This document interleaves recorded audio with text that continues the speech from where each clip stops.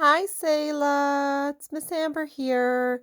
I wanted to get on here again and read you guys another storybook. And this is one that was one of my favorites growing up. And I'm sure many of your parents may have heard this one as well. It's called The Country Mouse and the City Mouse. Let's see what it's about, shall we? The Country Mouse and the City Mouse. There's also a couple other stories in here. The Dog and His Bone and The Fox and the Crow. Mm? The Country House and the Country Mouse and the City Mouse. Annie Mouse lived quietly in the country. One day her friend from the city came to visit her. Annie was delighted.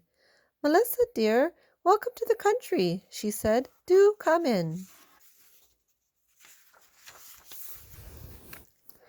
Annie Mouse asked some friends in for lunch, but Melissa did not eat one nibble of the meal Annie proudly served.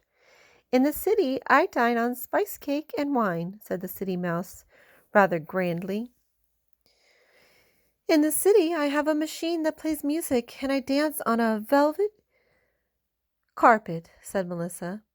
"Oh, Annie, won't you leave this dull country life behind and come to the city with me?" "My, it does sound tempting," said Annie.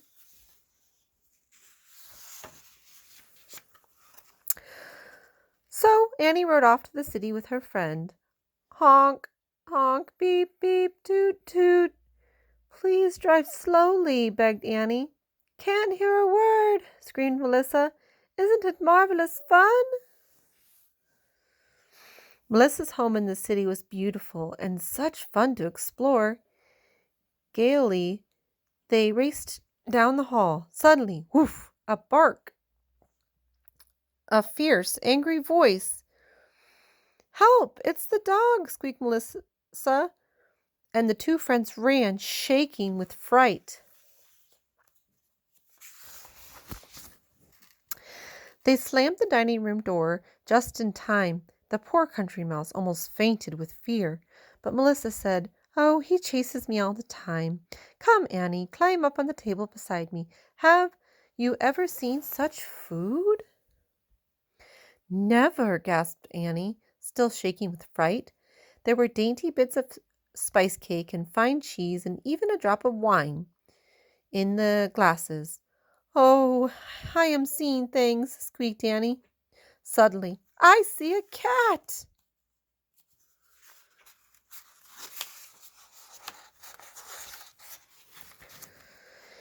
"It is a cat!" cried Melissa. "Run, run!" They slammed the living room door just in time. "Oh," sobbed Annie, "I've never been so frightened."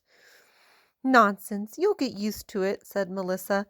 "There, I've put on the music machine. Would you care to dance?" Suddenly the door flew open and there was a fearful noise. "It's the vacuum cleaner!" shrieked Melissa. "Hold on tight to that curtain, Annie. Hold tight, or the vacuum will gobble you up."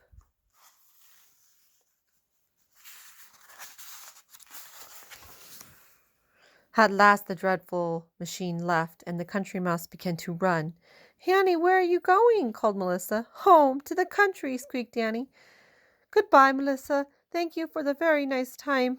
Oh, help! Oh, oh!" The little mouse ran through the city. She ran and ran and ran, and she did not stop until she was safe in the quiet green country. That night, she told her gentle friends, "I would rather lead a simple life than dine on riches and live in fear."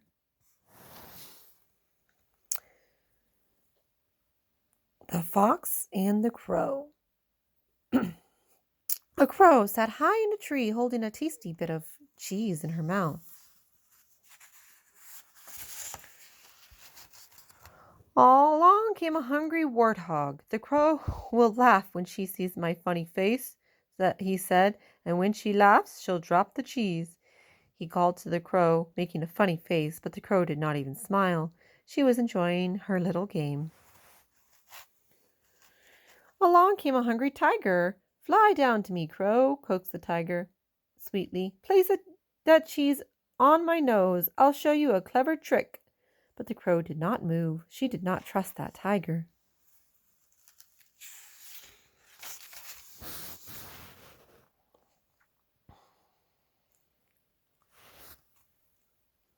Along came a hungry little elephant. Drop the cheese to me, crow, said the elephant, or I will give you a shower bath.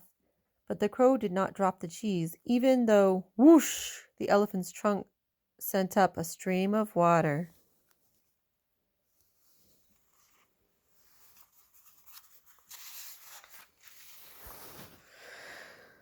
Drop the cheese to me, you ugly old bird, called the big brown bear, and you may have this honey from the bee. But the crow did not like the honey, and she did not drop the cheese. The crow was about to eat the cheese when along came a cunning little fox. Oh, beautiful crow, he called, you are lovely to see. A bird with such charming feathers must sing a pretty tune. Please sing for me.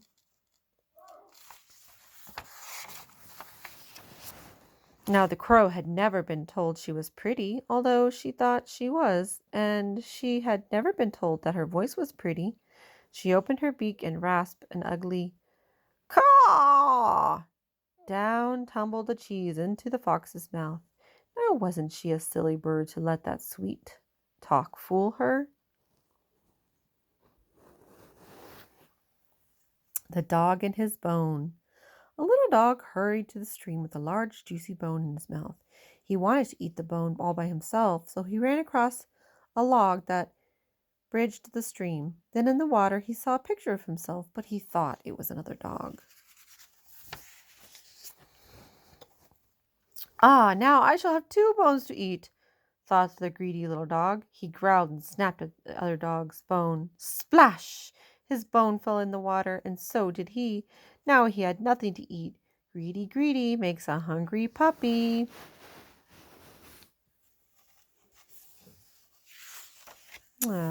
And that was Little City Mouse and the Country Mouse and Friends. All right, Selah. I hope you're enjoying yourselves during our school break. I love you. Hugs, and just know that you're loved by all of the teachers in the ECE, and we are really looking forward to seeing you again. Bye-bye.